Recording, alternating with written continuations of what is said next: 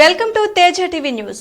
ఉత్తరాంధ్ర ప్రజల ఆరాధ్య దైవం శ్రీ పైడితల్లి అమ్మవారి సిరిమాను ఉత్సవం అనంతరం అమ్మవారి పుట్టిల్లు వనంగుడిలో మంగళవారం సాయంత్రం దేవస్థానం ఈవో కె శిరీష ఆధ్వర్యంలో వేద పండిత సభ సాహితీవేత్త డాక్టర్ ఏ గోపాలరావు సంచాలకులుగా వ్యవహరించారు. రాజాం ప్రభుత్వ డిగ్రీ కళాశాల ప్రాచార్యులు డాక్టర్ పెన్నీటి స్వప్న హైందవి స్తుతించారు. వేద మంత్రాల ద్వారా అమ్మవారు ప్రసన్నలవుతారని అన్నారు.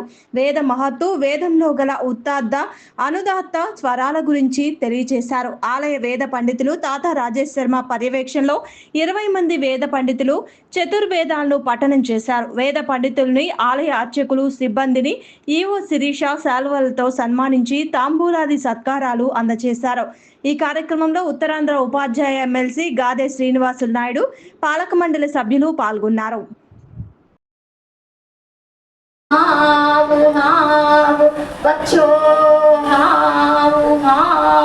ఇవే నేను మొట్టమొదట విజయనగరానికి వచ్చినప్పుడు వినినటువంటి వేద మంత్రము.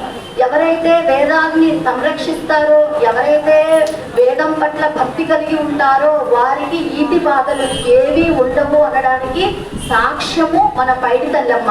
ఈ దేవాలయంలో ప్రతి సంవత్సరం కూడా ఈవోలు అందరూ, అసిస్టెంట్ కమిషనర్స్ అందరూ కూడా ఇప్పుడు ఉన్నారు. ఇక్కడ భానురాజా సార్ కూడా ఉన్నారు, పూర్వం చేసిన వారు కూడా ఉన్నారు. ఇప్పుడు మేడం శిరీష మేడం నేను ఒక మేడం ఒక విషయంలో సంప్రదించినప్పుడు మేడం అన్నారు, వేదము మనము